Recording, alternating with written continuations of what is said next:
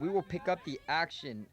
In just the second minute, Cerritos' Mia Ramirez opens up the scoring for the Falcons as she dribbles through the Warrior defense and gets it past the keeper, Isabel Rojas, for the first goal.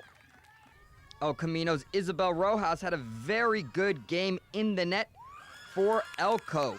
She saved 8 of Cerritos' shots and was a bright spot for the Warriors. And now we'll move to the 59th minute. A throw-in for the Falcons. The ball gets to Ramirez. Couple touches. Couple dribbles. Right-footed shot. Oh, what a shot. That goes into the back of the net. Her second goal of the game. And Cerritos would go on to win this one 2-0. I spoke with Jessica Youngdale, El Camino's coach, after playing this top program competitively. Although they have a better record than you guys on paper and they won 2-0, if the game felt more competitive than that, what did you think? Yeah, I mean, definitely. I think, as far as for us, we had nothing to lose. Obviously Cerritos has a great program, and they've had a great program for the past, I can't even tell you how long. They are a tremendous team, and they always are that way. And, I think we talked, and we were going to play this game like, we could compete with them, and that was a big thing. What do you take away from this game going forward?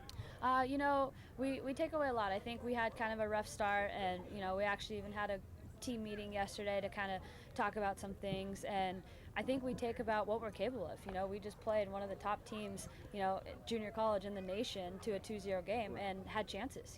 That easily could have been a 1-1 game 10 minutes in. So definitely a lot of positive take. Obviously we're still frustrated. It still goes down as a loss, but I think there's a lot to take from it and to move forward and to, continue to bring that same atmosphere, that same energy, intensity to our next game. After a competitive game here at Murdoch Stadium, the women of El Camino fall 2-0 to the Cerritos Falcons. The next 2 games for Elko will be on the road, but they return home on October 10th to play LA Harbor. This has been Eric Kabak reporting for the Sports Desk. Thank you. If not the biggest event going on, yep, the football game. The Tartars of Torrance High were entertaining Centennial in their homecoming game. Tartars are trying to snap a 2-game losing skid. The Apaches, on the other hand, have lost 3 straight. Sports Desk reporter Danny Miskell was at Zamperini Stadium for this one, and she has our story. Last week, the Tartars suffered a major loss against Lawndale, but they were able to recover quickly from it because tonight they had a landslide of a win against Centennial. And what better occasion to bring home a sweet victory than for their own homecoming game. And here comes the Tartars, hitting the ground running hard. Their offensive line off to a strong start, led by senior Kyle Self, who scored the first touchdown just 2 minutes into the game. And to wrap up the first quarter, 26-0, would be junior Eric Suarez, who goes in for the quick 6 right here. I put it all towards my linemen. They pushed their D back, and it just all started with effort from my linemen. That's how it started, and I had trust in my linemen that they'd put me in the end zone, and they did, and I followed right behind them. Senior Nathan Gottlieb putting points on the board, running 16 yards into the end zone in the first quarter, and then again right here while even getting his helmet knocked off. Tartars showing the Apaches they mean business. Actually, it was a play for a running back, but he ran the opposite way, so I did what our coaches told us and just run it in, and our line made their blocks like they were supposed to, and it all worked out. Playing Centennial, we didn't figure on playing anybody except ourselves, and that's been the theme throughout this whole thing. Is we got to beat ourselves. I mean, we have to actually play the way that we can play, and that's it all culminated tonight with the victory over Centennial. Thanks to their turnovers, the Apaches made it easy for the Tartars, and that would result in a 34-0 lead at the half. Gottlieb credits the offensive line for creating so many opportunities, including this play right here where he boldly goes for the 2-point conversion, and the pass is complete to senior Chase Pitts in the end zone. We made sure to go 100% every rep and take no plays off. I asked my line, give me 3. You give us 3 yards and we'll get the rest, and they did that tonight. I imagine we ran over maybe 200-300 yards. Pretty close guess, Coach. In fact, your Tartars finished with 308 yards rushing and a total of 317 yards for the game. And that's what we've been designing to do. The last couple of years we went to the spread, And it never was meant for us. We went back to the double wing tee, and we're just going to get better every single week. Well, this week was already a big improvement, and just in time for homecoming. It feels great. It's past 2 homecoming years hasn't been the best result, but this year, glad to come out with the W. Next up for the Tartars, they're going to play crosstown rivals South. And for Coach Hollis, the formula to prepare for that game is quite simple. We try to get better at running the ball. I don't care if we ever pass again. It doesn't matter to me. If we can run the ball, our line stays healthy, we're going to run the ball against South, and we're going to do everything we can in our power to run the ball against them. The Tartars won their homecoming game by a landslide 48-zip. And for Gottlieb, he says it will be a night to remember. I love this group of guys. This is my favorite team I've been on, and I'm glad that we won on homecoming, and I had a great night as well. Reporting from Zamperini Stadium and on the Tartars homecoming game night, I'm Danny Miskell for the Sports Desk. Thank you, Danny. Huge win for the Tartars. Junior run for this one, and he's got all the deets. Thanks, AJ. I'm here at the North High School Gymnasium for a rivalry matchup between South and North High School. Now today marks the halfway point in league play, and with a win, South High can pull into a tie for first place. Now that will be no easy task, as it is a rivalry matchup, and the Saxons will be poised to pull off the upset. If the teams needed any extra motivation, it was also the breast cancer awareness game on Friday. The Spartans of South High were hungry for a win after they lost their last match. Spartans junior Lauren Walsh delivered a thunderous spike to put South up 2-1 early. Then with South leading 22-15, sophomore Kai Lopez gets in on the action as she gets a big kill to help the Spartans win the set 25-15. A big reason for the Spartans' success was the serving ability of Captain Kristen Fritchie. She had 2 aces in the opening set. She was hitting her spots with tough serves. It makes our defense easier when they're out of system. Things did not get better for North in the second set. Look out, Lauren Walsh punishes this ball for the kill to extend South's lead 19-13. On the very next play, the Spartans feed Walsh again, and she delivers, tucking this ball inside the line for the point. South would win the set 25-14 and take a 2-0 lead in the match. North battled hard in the third set, keeping it close, but Kai Lopez comes through with a thunderous spike to put the Spartans up by 5. The sophomore Kai Lopez was back at it again later in the third set, with South ahead 23-22. Lopez sends this spike just past the North defense for the kill. Kai Lopez talked about her impressive third set after the match. They were just perfect. I was feeling it. I get if I get into momentum, I start banging balls. So I felt really good. 2 plays later, with North trailing 24-23, a serve goes into the net, handing South the match. The Spartans win this one in straight sets and improve to 3-1 in league play. It felt good to get back on the court. The girls were actually excited to get back into practice, and it carried over into today's game, so it was a good win today. We were really pumped. We had a pretty good week of practice, so we were ready to get after it. It's a tight race at the top of the league, and Spartan head coach Robert Cooch says his team has to be a little more consistent if they want to come out on top. Against both Torrance and West, game 1 we dominated, won kind of easily, and then struggled after that. So I think when we're on, we're one of the better teams in the league. We just got to stay on all the time. With today's 3-0 victory over North High School, the Spartans of South High have now moved into a 3-way tie for first place. Tied with South at the top of the division is Torrance and West High School. It's going to be a great battle as the season continues for that top spot. Reporting from the North High Gymnasium, I'm Anthony Scott for the Sports Desk. Thank you, Anthony. The Knights of Bishop Montgomery.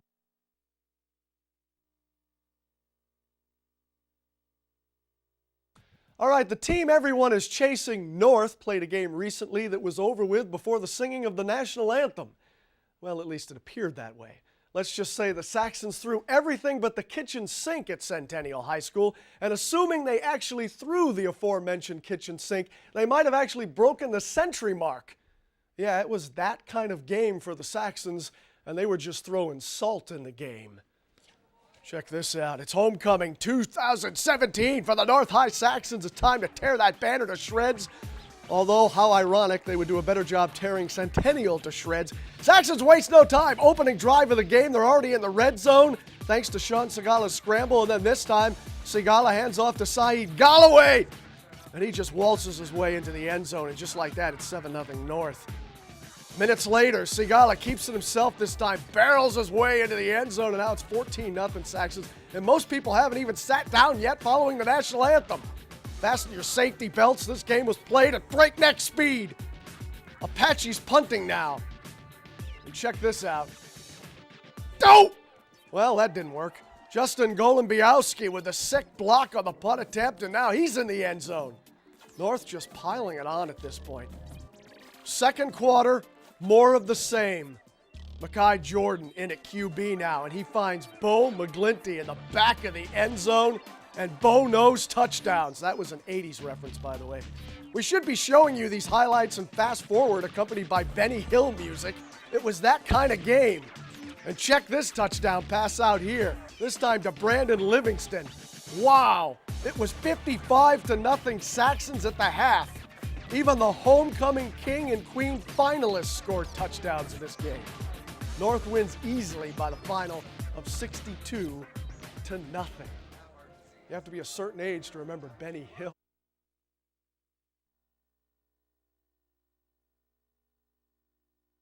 Posting a 14-9 overall record. Recently, Torrance was visiting another Pioneer League opponent, the Saxons of North High School. First set of the match, Torrance already up big, 14-3. Watch North senior Aaron Green set up fellow senior Lacey Gallagher for the massive kill, one of her team high 8 kills. North down by 10 now. Tartars answer right back though. Senior Allie Grelly with a nice kill of her own right there. Tartars lead 15-4. Saxons trying to fight back in this one. Keep your eye on McKenna Madison at the front of the net. She will tap it over for the score. Right there, nice point. Saxons trail 22-9 though. Very next play, on the other side of the net, check out Torrance senior Elizabeth Truman. She will have, coming up right here, what one would call the stuff dreams are made of. Sick block at the net, 23-9 Tartars. Truman doing the serving now, and that's going to be your game point. Tartars win the first set 25-9. They go on to complete the 3-zip sweep. If you're wondering why the Torrance High School girls volleyball team are so good this season, we think we know one of the main reasons. Why the Torrance High School girls volleyball team are so good this season, we think we know one of the main reasons why. The head coach, sports desk reporter Anthony Scott, explains. Rochelle Squire is in her 4th season as the Torrance High School volleyball coach, and the Tartars have done nothing but improve.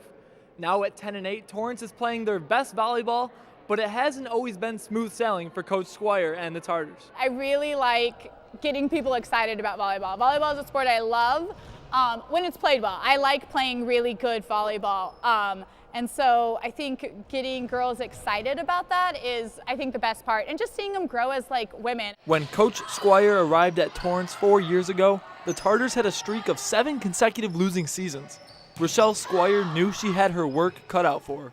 I knew that they were struggling, but I also think that that doesn't necessarily mean that they're bad. I am not a coach that thinks that bigger always wins games. I mean, I was a 5'8.5" outside hitter at a D1 college. I would say my coaching style is fun but stern.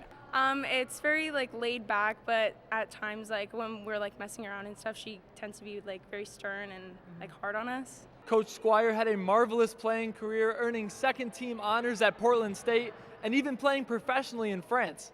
Now she brings some of that French flavor into her coaching style. Over there is a lot different. My coach didn't speak any English, So I learned body language and I learned how to like interpret things.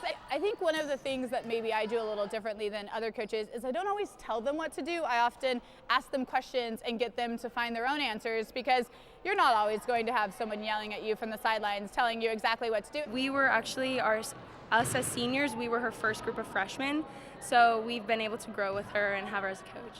I think the team goal was to go back to CIF and secondary to beat South. I don't know if this statistic is true, but the girls say that Torrance hasn't beaten South in 15 years. We planned on hopefully like putting up a better fight against South and maybe winning, but unfortunately we did not. This year, just like getting into CIF, like definitely bettering my team. Now they're really focused on the CIF goal and winning a game and going farther than last year, which I think is, what they want to do. They want to be better. They want to make their mark on this program, and I think some of them already have, but I think collectively as a team, they want to be the team that people remember as, the change in Torrance.